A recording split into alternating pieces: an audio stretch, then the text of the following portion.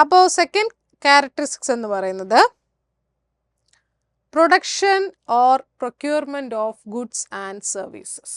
Production and procurement of goods and services. എന്താണ് production? അപ്പോൾ നമുക്കറിയാം, before goods are offered to public for consumption these must be either produced or acquired by the business enterprises. അല്ലേ, നമ്മൾ പറഞ്ഞു business എന്ന് പറയുന്നത് നമ്മൾ വിൽക്കുക, വാങ്ങുക, ഇങ്ങനെയുള്ള കാര്യങ്ങളാണ് ബിസിനസ്സിൽ നടക്കുന്ന ആക്ടിവിറ്റീസ് എന്ന് പറഞ്ഞു. അപ്പോൾ ഇപ്പോൾ നേരത്തെ പറഞ്ഞ എക്സാമ്പിളിലുള്ള ഷോപ്പ് കീപ്പർ, ആൾ സാധനങ്ങളൊക്കെ വിൽക്കുന്നുണ്ട് അല്ലേ, വിൽക്കുന്നുണ്ട്, വാങ്ങുന്നുണ്ട്, ഒക്കെ ചെയ്യുന്നുണ്ട്. പക്ഷേ ഈ പബ്ലിക്കിന് ആ സാധനങ്ങൾ വിൽക്കുന്നതിന് മുന്നേ ഈ വ്യക്തി മറ്റൊരാളിൽ നിന്നും സാധനം വാങ്ങിച്ച് ശേഖരിക്കുന്നു അല്ലേ. കടകൾ നിറയെ സാധനങ്ങൾ നിറഞ്ഞിരിക്കുന്നുണ്ട് അല്ലേ. ഈ പുള്ളി അവിടെ ഉൽപ്പാദിപ്പിക്കുകയാണോ? ഈ പഞ്ചസാരയൊക്കെ അയാൾ രാവിലെ കൃഷി ചെയ്തെടുക്കുന്നതാണോ? അല്ല, മറിച്ച് ഈ ഇരിക്കുന്ന എല്ലാ സാധനങ്ങളും പല മാനുഫാക്ചേഴ്സിൻ്റെ കയ്യിൽ നിന്നും അല്ലെങ്കിൽ പ്രൊഡ്യൂസേഴ്സിൻ്റെ കയ്യിൽ നിന്നും ഒക്കെ വാങ്ങിച്ച് ശേഖരിച്ച് വെച്ചതിന് ശേഷമാണ് നമ്മളെ പോലുള്ള പബ്ലിക്കിന് അയാൾ വിൽക്കുന്നത് അല്ലേ. അപ്പോൾ ബിസിനസ്സിൻ്റെ മറ്റൊരു സ്വഭാവം എന്ന് പറയുന്നത് എന്താണ്? ഇതെപ്പോഴും പ്രൊഡക്ഷൻ അല്ലെങ്കിൽ procurement of goods and services, ഒന്നുകിൽ വിൽക്കാനുള്ള ഗുഡ്സ് ആൻഡ് സർവീസസ് ഒക്കെ സ്വന്തമായിട്ട് ചെയ്യുകയോ അതല്ലാന്നുണ്ടെങ്കിൽ മറ്റ് പ്രൊഡ്യൂസേഴ്സിൻ്റെ കയ്യിൽ നിന്നും വാങ്ങിച്ച് ശേഖരിച്ച് വെക്കുകയോ ചെയ്യുക എന്നതാണ് നമ്മുടെ ബിസിനസ്സിൻ്റെ ഒരു സ്വഭാവ സവിശേഷത കേട്ടോ. ഫോർ എക്സാമ്പിൾ, ഇതിനൊരു എക്സാമ്പിൾ പറയുകയാണെങ്കിൽ, goods may consist of consumables such as daily use items. അപ്പോൾ ഇതിനകത്ത് വേറൊരു കാര്യമുണ്ട്, ഗുഡ്സ് അല്ലേ. ഗുഡ്സ് എന്ന് നമ്മൾ പറഞ്ഞു, ഗുഡ്സ് ആൻഡ് സർവീസസ് എന്ന് പറഞ്ഞു. ഗുഡ്സ് ആൻഡ് സർവീസസ് നമ്മൾ വാങ്ങുകയോ അല്ലെങ്കിൽ മറ്റൊരാളുടെ നിന്ന് പർച്ചേസ് ചെയ്ത് ശേഖരിച്ച് വെക്കുകയൊക്കെ ആണെന്ന് പറഞ്ഞു. അപ്പോൾ എങ്ങനത്തെ, ഇപ്പോൾ ഒരു ഷോപ്പ് കീപ്പറിൻ്റെ കയ്യിലാണെങ്കിൽ എങ്ങനത്തെ ഗുഡ്സ് ആണ് കാണുക? എന്തൊക്കെയാണ്?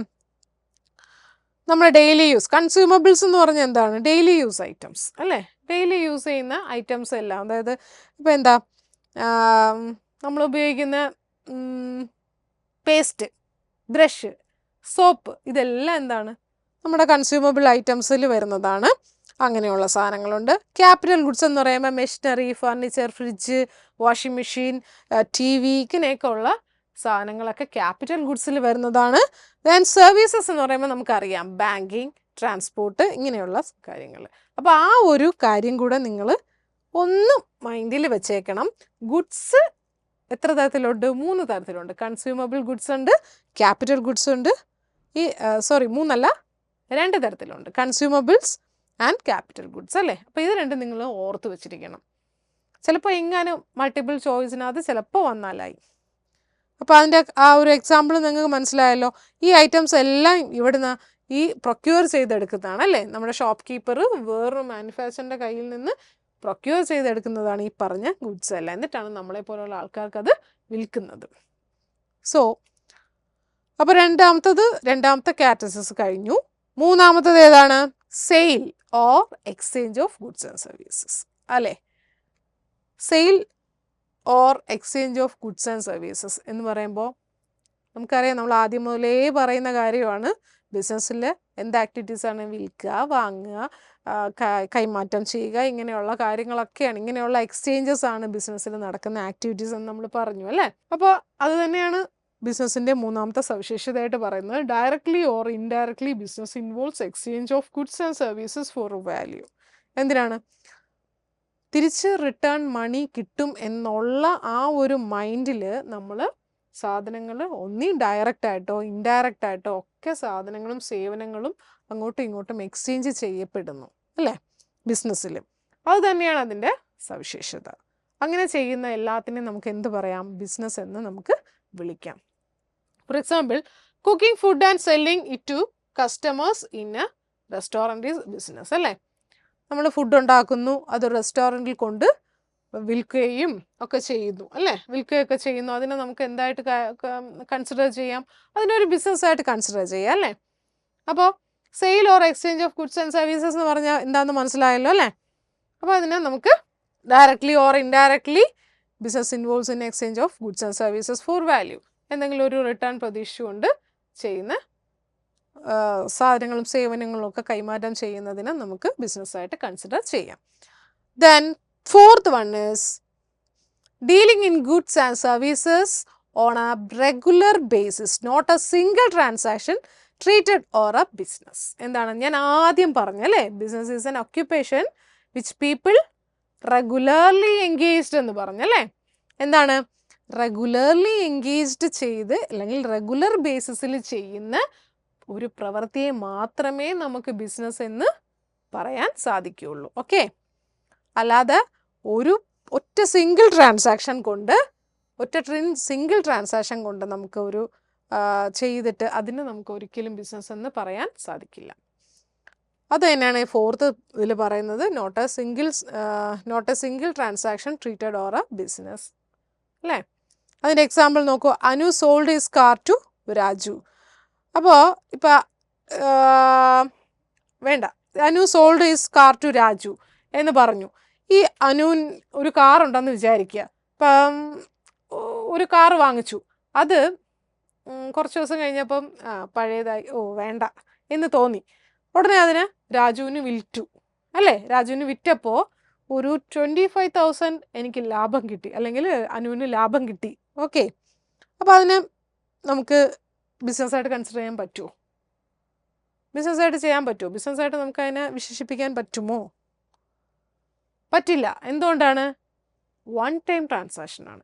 ഒറ്റ തവണ ഒരാൾ കാറ് വിറ്റു, അല്ലെങ്കിൽ ഞാൻ തന്നെ എൻ്റെ വീട്ടിലിരിക്കുന്ന കാർ എടുത്ത് വേറൊരാൾക്ക് വിറ്റു, അപ്പോൾ എനിക്ക് ലാഭം കിട്ടി. അതിനെ ഒരിക്കലും എനിക്കൊരു ബിസിനസ് എന്ന് ഒരിക്കലും പറയാൻ പറ്റില്ല.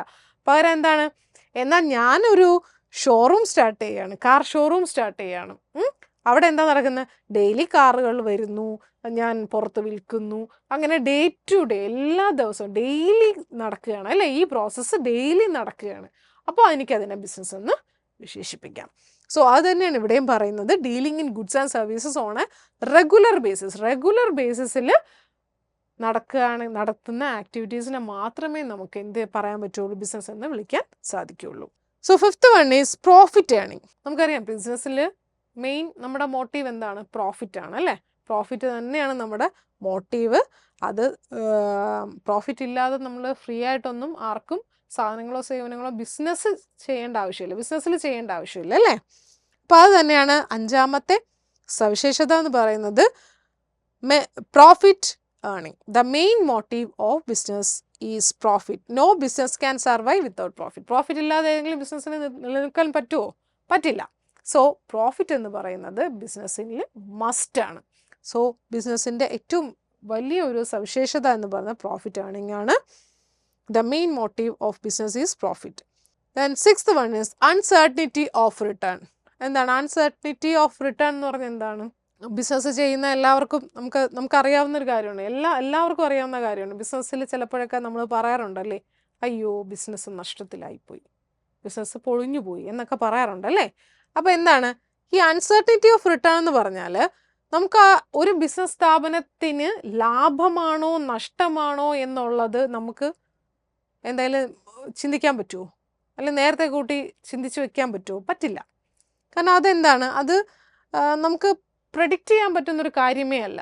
ഇപ്പോൾ ഈ ഒരു മാസം എനിക്ക് എൻ്റെ ബിസിനസ്സിലൂടെ ലാഭം കിട്ടുമായിരിക്കും, പക്ഷേ അടുത്ത മാസം ചിലപ്പോൾ എനിക്ക് ലോസ് ആയിരിക്കാം. സോ ഇതൊന്നും നമുക്ക് പ്രെഡിക്റ്റ് ചെയ്യാൻ പറ്റില്ല. അത് തന്നെയാണ് ഇവിടുത്തെ സിക്സ്ത് പോയിന്റ് പറയുന്ന അൺസർട്ടനിറ്റി ഓഫ് റിട്ടേൺ നമുക്ക് ഒരിക്കലും ബിസിനസ്സിൽ പ്രെഡിക്റ്റ് ചെയ്യാനേ സാധിക്കില്ല. അത് തന്നെയാണ് sixth point. Seventh one is element of risk. എന്താണ് റിസ്ക്? നമ്മൾ നേരത്തെയും പറഞ്ഞല്ലേ, നമ്മൾ പറഞ്ഞു പ്രോഫിറ്റ് കിട്ടത്തില്ല എന്നൊക്കെ നമ്മൾ നേരത്തെ കുറച്ച് തൊട്ട് മുമ്പത്തെ പോയിന്റിൽ നമ്മൾ പറഞ്ഞു അല്ലേ. അപ്പോൾ ആ പ്രോഫിറ്റ് കിട്ടാതിരിക്കാനുണ്ടായ എന്തെങ്കിലുമൊക്കെ കാരണങ്ങളുണ്ടാവും അല്ലേ. നമുക്ക് പെട്ടെന്ന് നമ്മൾ ബിസിനസ് നടത്തിക്കൊണ്ടിരിക്കുന്ന സമയത്ത് പെട്ടെന്നൊരു പെട്ടെന്നൊരു തീപിടുത്തം നമ്മൾ ഉണ്ടാവുകയാണ്. സോ നമ്മളെ സംബന്ധിച്ച് അത് എന്ത് സംഭവിക്കും? നമ്മുടെ കുറേ സാധനങ്ങളൊക്കെ കത്തിക്കരിഞ്ഞ് പോവും, പെട്ടെന്ന് അത് നശിച്ചു. നമ്മൾ വിചാരിച്ച പോലെ അത് പിന്നെ വിൽക്കാൻ പറ്റുമോ? വിൽക്കാൻ പറ്റില്ല. സോ അതൊരു റിസ്ക്കാണ് അല്ലേ, റിസ്ക്കാണ്. അപ്പം ഈ എലിമെൻ്റ് ഓഫ് റിസ്ക് എന്ന് പറയുന്നത് ബിസിനസ്സിൽ സർവ്വസാധാരണമായിട്ടുള്ളൊരു കാര്യമാണ്. ഈവൻ ഒരു റെയിനി സീസൺ വന്നാൽ തന്നെ ബിസിനസ്സിന് നഷ്ടം സംഭവിക്കുക അല്ലേ. അപ്പം ഇതിനെല്ലാം നമുക്ക് റിസ്ക് ആയിട്ട് ഇൻക്ലൂഡ് ചെയ്യാം. Risk. In business there is always chance of risk matters. ഒരുപാട് റിസ്ക് ഉണ്ട് ബിസിനസ് നടത്തുന്ന സമയത്ത്. ഒരുപാട് റിസ്കുകൾ നമുക്ക് ഇങ്ങനെ വന്നുകൊണ്ടേയിരിക്കും അല്ലേ. നമ്മൾ പറയാറുണ്ട് മഴ പെയ്ത് കഴിഞ്ഞാൽ അയ്യോ മഴ പെയ്ത് കഴിഞ്ഞാൽ ഇന്നത്തെ ബിസിനസ് വലിയ ബിസിനസ്സൊന്നും കിട്ടത്തില്ല എന്നൊക്കെ നമ്മൾ പറയാറുണ്ട് അല്ലേ. അത് തന്നെയാണ് കാര്യം. ഇതുപോലെ പല പല റീസൺസ് ഉണ്ട്, റിസ്ക് റീസൺസ് ഒരുപാടുണ്ട്. For example loss due to fashion change, flood etcetera. നമുക്കറിയാം, നമ്മുടെ ഡ്രസ്സിൻ്റെ കാര്യത്തിൽ എടുക്കുകയാണെങ്കിൽ നമുക്കറിയാം അല്ലേ.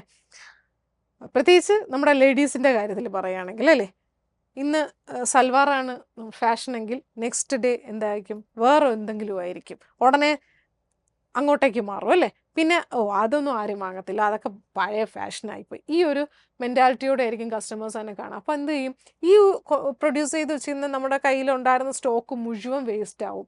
അപ്പോൾ ആ പെട്ടെന്നുണ്ടാകുന്നൊരു ഫാഷൻ ചേഞ്ച് അത് ബിസിനസ്സിന് ബാധിക്കാറുണ്ട്. സോ അതും ഒരു റിസ്ക്കാണ്. അതുപോലെ വെള്ളപ്പൊക്കം ഉണ്ടാവുക അല്ലേ, വെള്ളപ്പൊക്കം ഉണ്ടാകുമ്പം സാധനങ്ങളെല്ലാം നശിച്ചു പോവും. അതുപോലെ ഒരുപാട് ഒരുപാട് റിസ്ക് മാറ്റേഴ്സ് നമ്മുടെ ബിസിനസ്സിനകത്ത് ഉള്ളതാണ്. അപ്പോൾ അതാണ് 7th പോയിന്റ് എന്ന് പറയുന്ന എലിമെൻ്റ് ഓഫ് റിസ്ക്. അടുത്തത് ഇത് ഈ ഒരു ചാർട്ട് നോക്കുക. നമ്മൾ ഈ ഒരു ചാർട്ട് നിങ്ങളെപ്പോഴും മൈൻഡിൽ നമ്മൾ നന്നായിട്ട് പഠിച്ചു വെക്കുക. അറ്റ്ലീസ്റ്റ് നമ്മൾ ചാർട്ടായിട്ടെങ്കിലും ഓർത്ത് വെക്കേണ്ടത് അത്യാവശ്യമാണ് കേട്ടോ.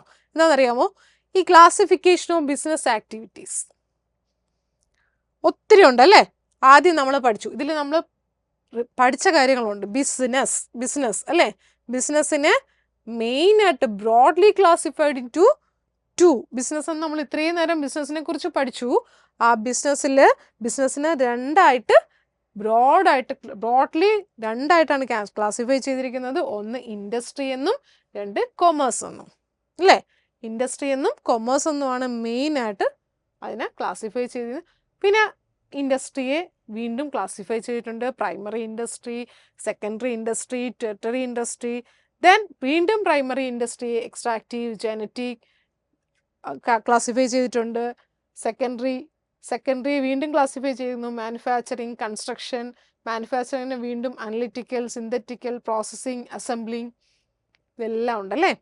വീണ്ടും കൊമേഴ്സിൽ വീണ്ടും കുറേ ക്ലാസിഫിക്കേഷൻസ് ഉണ്ടല്ലേ. പക്ഷേ എന്താണെന്നറിയോ, ഈ ഒരു ചാർട്ട് ഫുള്ളായിട്ട് നിങ്ങൾ വരയ്ക്കാൻ വരെ പഠിക്കേണ്ടത് അത്യാവശ്യമാണ്.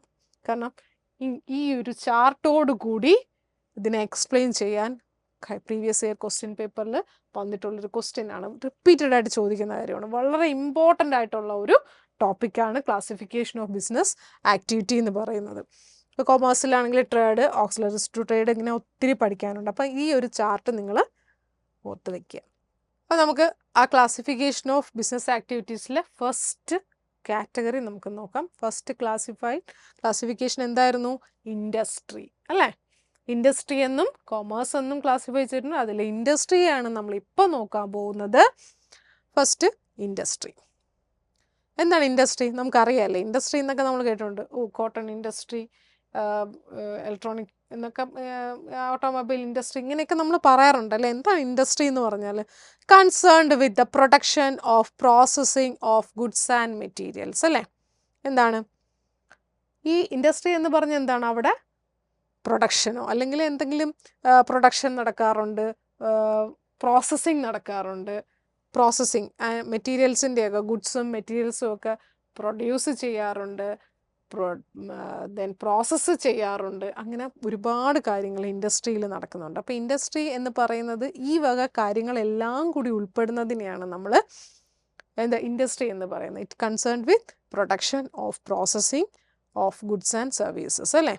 നമ്മുടെ നാച്ചുറൽ റിസോഴ്സസിൽ നിന്നൊക്കെ സാധനങ്ങൾ എടുത്തിട്ട് അതിനെ പലതരത്തിൽ പ്രോസസ്സ് ചെയ്ത് അതിനെ ഫിനിഷ്ഡ് പ്രൊഡക്റ്റാക്കി മാറ്റുന്ന ഒരു വലിയ ഒരു ശ്രേണിയുണ്ട് അല്ലേ. ഇതെല്ലാം കൂടി ഉൾപ്പെടുന്നതിനെയാണ് നമ്മൾ ഇൻഡസ്ട്രി എന്ന് പറയുക. ദെൻ ആ ഇൻഡസ്ട്രിയിലെ വീണ്ടും നമ്മൾ കാറ്റഗറൈസ് ചെയ്തിട്ടുണ്ട്. ഫസ്റ്റ് പ്രൈമറി ഇൻഡസ്ട്രിയാണ് അല്ലേ.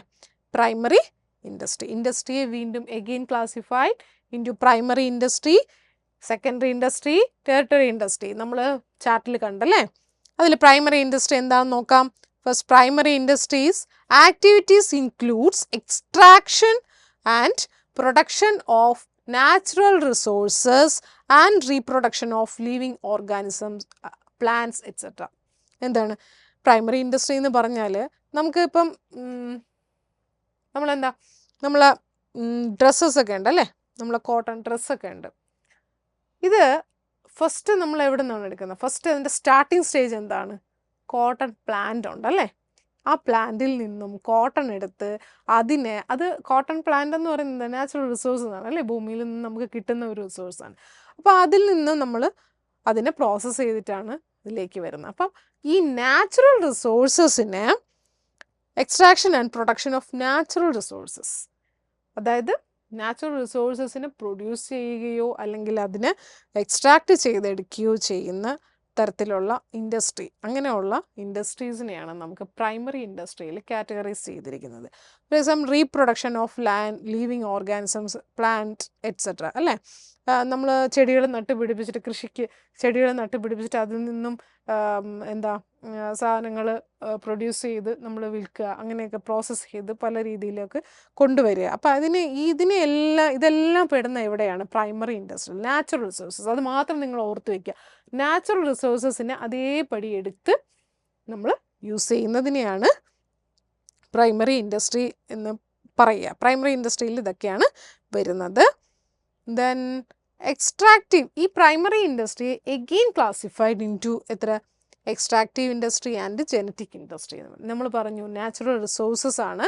നാച്ചുറൽ റിസോഴ്സസ് എടുത്തിട്ട് അതിനെ പ്രോസസ്സ് ചെയ്ത് കൊണ്ടുപോകുന്ന അല്ലെങ്കിൽ എടുക്കുന്ന ആ ഒരു സ്റ്റേജിന് അങ്ങനെയുള്ള ഇൻഡസ്ട്രീസിനെയാണ് നമ്മൾ പ്രൈമറി ഇൻഡസ്ട്രി എന്ന് പറയുക. അപ്പോൾ അതിൻ്റെ തന്നെ എക്സ്ട്രാക്റ്റീവ് ഇൻഡസ്ട്രി എന്ന് പറയുമ്പോൾ these industries extract or draw products from natural resources അല്ലേ. എന്താണ് നാച്ചുറൽ റിസോഴ്സ്? നമ്മൾ പറഞ്ഞ നാച്ചുറൽ റിസോഴ്സസിനെ പ്രോസസ്സ് ചെയ്യുന്നതാണ്. അതിൽ തന്നെ പ്രൈമറി ഇൻഡസ്ട്രിയിലുള്ളതാണ് എക്സ്ട്രാക്റ്റീവ് ഇൻഡസ്ട്രി എന്ന് പറയുന്നത്. എക്സ്ട്രാക്റ്റീവ് ഇൻഡസ്ട്രി എന്ന് പറഞ്ഞാൽ എന്താണ്? എക്സ്ട്രാക്റ്റ് ചെയ്യുക. നാച്ചുറൽ സോഴ്സസിൽ നിന്നുള്ള പ്രൊഡക്ട്സിനെ നമ്മൾ എക്സ്ട്രാക്റ്റ് ചെയ്തെടുക്കുക അല്ലേ. ഫോർ എക്സാമ്പിൾ ഫാമിംഗ് അല്ലേ. എന്താണ് ഫാമിംഗ്? നമ്മൾ ചെടി നട്ട് പിടിപ്പിച്ചിട്ട് അതിൽ നിന്നും റോ മെറ്റീരിയൽസ് കളക്ട് ചെയ്യുന്നു അല്ലേ. ഇപ്പം നെല്ല് കൃഷി ചെയ്തെടുക്കുകയാണ് അല്ലേ. എന്നിട്ട് അതിനെ നെല്ല് കൃഷി ചെയ്ത് നമ്മൾ എടുത്തതിന് ശേഷമാണ് പിന്നെ അതിനെ പ്രോസസ്സ് ചെയ്താണ് നമ്മൾ ഭക്ഷണം കഴിക്കുന്ന ആ അരി ആ ഒരു ചോറിലേക്കൊക്കെ കൊണ്ടുവരുന്നത് അല്ലേ. അപ്പം ആ ഫസ്റ്റ് സ്റ്റേജ് ഏതാണ്? ആ പ്ലാന്റ് നട്ട് പിടിപ്പിക്കുന്നത് മുതൽ അതിനെയാണ് നമ്മൾ എക്സ്ട്രാക്റ്റീവ് ഇൻഡസ്ട്രിയിൽ പെടുത്തുക. പിന്നെന്താ? മൈനിങ്.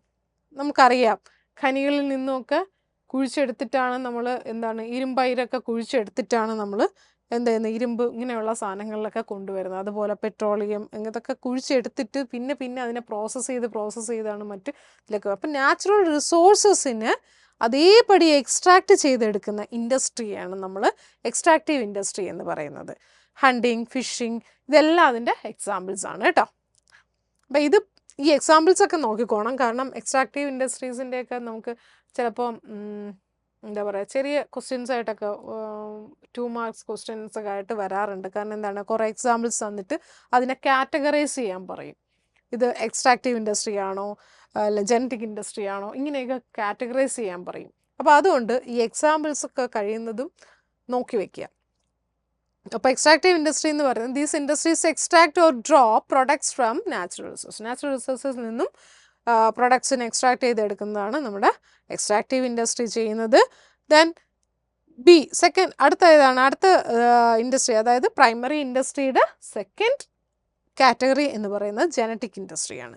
ജനറ്റിക് ഇൻഡസ്ട്രീസ് എന്ന് പറയുന്നത് industries engaged in breeding plants and animals for further reproduction. For example cattle breeding farm, poultry farms etcetera. അപ്പോൾ നമ്മൾ പറഞ്ഞു ഈ നാച്ചുറൽ റിസോഴ്സസിൽ നിന്നൊക്കെ എടുക്കുന്നതിന് നമ്മൾ എക്സ്ട്രാക്റ്റീവ് ഇൻഡസ്ട്രിയിൽ പറഞ്ഞു.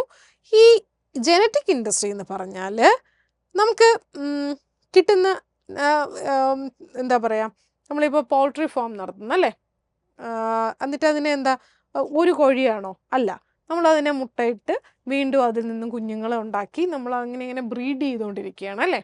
അപ്പം അങ്ങനെയുള്ള ഇൻഡസ്ട്രീസ്, ജനറ്റിക് ആയിട്ടുള്ള ഇൻഡസ്ട്രി, ജനറ്റിക് ഇൻഡസ്ട്രീസ് എന്ന് പറഞ്ഞാൽ breeding plants and animals for further reproduction. മറ്റെന്തെങ്കിലും ആവശ്യങ്ങൾക്ക്, നമുക്ക് മറ്റു ആവശ്യങ്ങൾക്ക് വേണ്ടിയിട്ട് അതിനെ വീണ്ടും ഫർദർ റീപ്രൊഡ്യൂസ് ചെയ്തുകൊണ്ടിരിക്കുകയാണ്, ഫർദർ ബ്രീഡിങ് ചെയ്തുകൊണ്ടിരിക്കുകയാണ്. അപ്പം അങ്ങനെയുള്ള ഇൻഡസ്ട്രിയൊക്കെയാണ് നമ്മൾ പറയുന്നത്. നമുക്കറിയാം നാച്ചുറൽ റിസോഴ്സസ്, കടലിൽ നിന്ന് മീൻ പിടിച്ച് നമുക്ക് കൊണ്ട് വിൽക്കുകയാണെങ്കിൽ നമുക്കതിന് ഒരു എന്താ പറയുക, നമുക്കത് അത് പ്രൈമറി ഇൻഡസ്ട്രി, നമുക്ക് സാധാരണ വേറൊന്നും ചെയ്യുന്നില്ല അല്ലേ. അപ്പോൾ അത് നമുക്ക് അങ്ങനെ കാറ്റഗറൈസ് ചെയ്യാം. പക്ഷേ നമുക്കറിയാം ചില വീടുകളിൽ മീൻ വളർത്തലുണ്ടല്ലേ. ആദ്യം അവർ 1-2 മീനെ കൊണ്ടിട്ടിട്ട് അതിൽ നിന്നും കുഞ്ഞുങ്ങളുണ്ടായി, പിന്നെ ഇങ്ങനെ ബ്രീഡ് ചെയ്ത് അവരെ വലിയ ഒരു ഫാം ആക്കി മാറ്റും അല്ലേ. എന്തിനാണ്? അതിൽ നിന്ന് എന്നിട്ടാണ് അതിനെ വിൽക്കുന്നത്. അപ്പം അങ്ങനെയുള്ളതിനെയൊക്കെ ഈ ജനറ്റിക് ഇൻഡസ്ട്രിയിലാണ് നമ്മൾ ഉൾപ്പെടുത്തേണ്ടത്.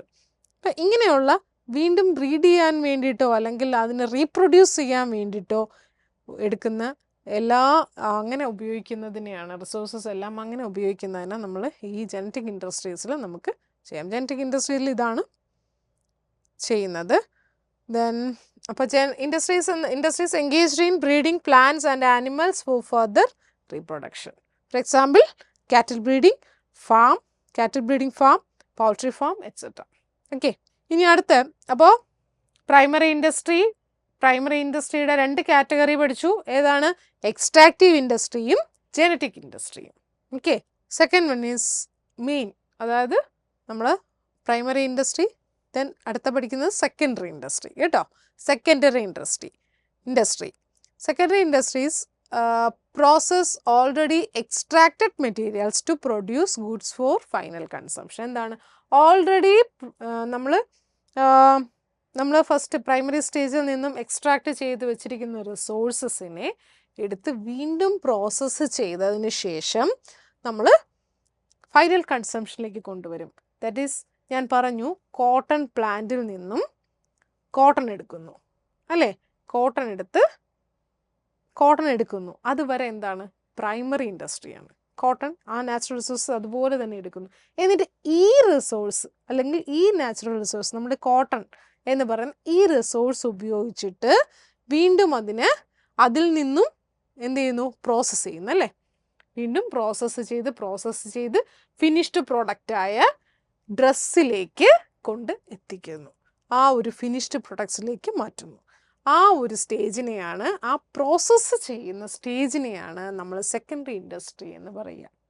ഓക്കെ, അപ്പോൾ industries process already extracted materials, നമ്മൾ ഓൾറെഡി നാച്ചുറൽ റിസോഴ്സസിൽ നിന്നും എക്സ്ട്രാക്റ്റ് ചെയ്തെടുത്ത മെറ്റീരിയൽസ് വെച്ചിട്ട് വീണ്ടും അതിന് പുതിയ ഒരു ഗുഡ്സ് ഉണ്ടാക്കി ഒരു ഫിനിഷ്ഡ് പ്രോഡക്റ്റ് നമ്മളെപ്പോലുള്ള പബ്ലിക്കിന് ഉപയോഗിക്കാൻ സാധിക്കുന്ന രീതിയിലേക്ക് കൊണ്ടെത്തിക്കുന്നതാണ് സെക്കൻഡറി ഇൻഡസ്ട്രിയുടെ duty. Okay, for example mining of iron ore is a primary industry അല്ലേ. നമുക്കറിയാം, ഞാൻ നേരത്തെ പറഞ്ഞിരുന്നു, നമ്മുടെ ഇരുമ്പയിര് ഈ വലിയ ഖനികളൊക്കെ കുഴിച്ച് എടുത്തതിന് ശേഷം അതിനെ വീണ്ടും എക്സ്ട്രാക്റ്റ് ചെയ്ത് പല രൂപങ്ങളിലേക്ക് പ്രോസസ്സ് ചെയ്ത് വന്നതിന് ശേഷമാണ് പല നമ്മളുടെ ഇരുമ്പ് ഉപകരണങ്ങളാക്കി മാറ്റുന്നത് അല്ലേ. അപ്പം ആ കുഴിച്ചെടുക്കുന്ന ആ അയൺ ഓറിനെ നമുക്ക് എപ്പോഴും പ്രൈമറി ഇൻഡസ്ട്രി ആയിട്ട് കൺസിഡർ ചെയ്യാം. ഞാൻ നേരത്തെ പറഞ്ഞ പോലെ കോട്ടൺ എന്ന് പറഞ്ഞതുപോലെ ഇവിടെ എന്താണ്? അയൺ ഓർ ആണ് പ്രൈമറി ഇൻഡസ്ട്രി എന്ന് പറയുന്നത്. അതിൽ നിന്നും സെപ്പറേറ്റ് ചെയ്തെടുത്ത് നമ്മുടെ ആയുധങ്ങളാക്കി മാറ്റുന്നു. അതിനെ നമുക്ക് എന്തായിട്ട് പറയാം? സെക്കൻഡറി ഇൻഡസ്ട്രി ആയിട്ട് പറയാം. ആ പ്രോസസ്സിങ്ങിനെ നമുക്ക് സെക്കൻഡറി ഇൻഡസ്ട്രി ആയിട്ട്. ഓക്കെ, അപ്പോൾ സെക്കൻഡറി ഇൻഡസ്ട്രി. ഇനി ഈ സെക്കൻഡറി ഇൻഡസ്ട്രിയെ വീണ്ടും ക്ലാസിഫൈ ചെയ്തിട്ടുണ്ട്. എന്താണെന്നറിയോ? അതിലാദ്യത്തേതാണ് മാനുഫാക്ചറിങ് ഇൻഡസ്ട്രി. നമ്മൾ നേരത്തെ പറഞ്ഞു. അപ്പോൾ ആദ്യം പഠിച്ചത് പ്രൈമറി ഇൻഡസ്ട്രിയെ വീണ്ടും കാറ്റഗറൈസ് ചെയ്തിട്ടുണ്ട്. Extractive industry and genetic industry. Then secondary ഇൻഡസ്ട്രിയെ വീണ്ടും കാറ്റഗറൈസ് ചെയ്തിട്ടുണ്ട്. മാനുഫാക്ചറിങ് ഇൻഡസ്ട്രി ബാക്കി പുറകെ വരും. അപ്പോൾ ആദ്യത്തെ ആ സെക്കൻഡറി ഇൻഡസ്ട്രിയുടെ ഫസ്റ്റ് കാറ്റഗറി എന്ന് പറയുന്ന മാനുഫാക്ചറിങ് ഇൻഡസ്ട്രിയാണ്. മാനുഫാക്ചറിങ് ഇൻഡസ്ട്രീസ് എന്ന് പറയുമ്പോൾ engaged in producing goods through processing of raw materials and creating consumables. എന്താണ് നമ്മൾ പ്രൊഡക്ട്സ്, നമ്മൾ നേരത്തെ പറഞ്ഞ പോലെ മാനുഫാക്ചറിങ് ഇൻഡസ്ട്രീസ് എന്ന് പറയുമ്പോൾ നമുക്ക് കൺസ്യൂമബിൾസ്, നേരത്തെ നമ്മൾ പഠിച്ച പോലെ കൺസ്യൂമബിൾസ്, നമുക്ക് ഡെയിലി യൂസിന് ആവശ്യമുള്ള കൺസ്യൂമബിൾസ് ആയിട്ട് ഉള്ള നമുക്ക് നേരത്തെ കിട്ടിയ, അതായത് നാച്ചുറൽ റിസോഴ്സസിൽ നിന്നൊക്കെ നമ്മൾ നേരത്തെ എടുത്തു വച്ചിരിക്കുന്ന റോ മെറ്റീരിയൽസ് ഉപയോഗിച്ച് ഇതിനെ വീണ്ടും പ്രൊഡ്യൂസ് ചെയ്ത് അങ്ങനെയുള്ള റോ മെറ്റീരിയൽസിനെല്ലാം ഉപയോഗിച്ച് വീണ്ടും പുതിയ പ്രൊഡക്ട്സ് ഉണ്ടാക്കുന്ന ഒരു ഒരു സ്റ്റേജാണ് നമ്മുടെ മാനുഫാക്ചറിങ് ഇൻഡസ്ട്രീസ് എന്ന് പറയുന്നത്. ഓക്കെ, ഇങ്ങനെയാണ് നമുക്ക് കൺസ്യൂമബിൾസ് ആയിട്ടോ നമുക്ക് കൺസ്യൂമബിളായിട്ട് ഉള്ള സാധനങ്ങൾ ഉൽപ്പാദിപ്പിക്കുന്ന ഇൻഡസ്ട്രിയാണ് നമ്മൾ മാനുഫാക്ചറിങ് ഇൻഡസ്ട്രി എന്ന്. അത് നമുക്ക് പുതിയ പുതിയ സാധനങ്ങൾ ഉൽപ്പാദിപ്പിക്കുക, കിട്ടിയ റോ മെറ്റീരിയൽസ് വെച്ചിട്ട് പുതിയ സാധനങ്ങൾ ഉൽപ്പാദിപ്പിക്കുന്ന ഇൻഡസ്ട്രിയെ നമുക്ക് മാനുഫാക്ചറിങ് ഇൻഡസ്ട്രീസ് എന്ന് പറയാം. ആ മാനുഫാക്ചറിങ് ഇൻഡസ്ട്രിയെ again classified analytical industry. Okay, അതിൽ ഫസ്റ്റ് വൺ ഏതാണ്? Analytical industry. എന്താണ് അനലിറ്റിക്കൽ ഇൻഡസ്ട്രി എന്ന് പറഞ്ഞാൽ? എന്താണ് analytical industry? Separates different elements from the same materials. Different elements from the same materials. ഒരേ മെറ്റീരിയലിൽ നിന്നും ഡിഫറെൻ്റ് ആയിട്ടുള്ള എലമെൻറ്റ്സ് ഉണ്ടാക്കി എടുക്കുന്നു, ഒരേ മെറ്റീരിയലിൽ നിന്ന് തന്നെ. ഫോർ എക്സാമ്പിൾ ഓയിൽ റിഫൈനറി അല്ലേ, നമ്മൾ കുഴിച്ചെടുക്കുന്ന ആ ഓയിലിൽ നിന്നും എന്തൊക്കെ സാധനങ്ങളാണ് ഉണ്ടാക്കുന്നത് അല്ലേ? Petroleum, diesel, gas, cooking gas, അങ്ങനെ ഒരുപാട് സാധനങ്ങൾ ആ ഒരു സെയിം മെറ്റീരിയലിൽ നിന്നും മാറ്റിയെടുക്കുകയാണ്. സോ അങ്ങനെയുള്ള ഇൻഡസ്ട്രീസിന് അതിന് നമ്മുടെ ഓൾറെഡി കിട്ടിയ എലമെൻറ്റിൽ നിന്നും പല പല സെപ്പറേറ്റ് ആയിട്ടുള്ള മെറ്റീരിയൽസ് ഉണ്ടാക്കിയെടുക്കുന്ന ഇൻഡസ്ട്രിയാണ് നമ്മൾ അനലിറ്റിക്കൽ ഇൻഡസ്ട്രി എന്ന് വിളിക്കുക.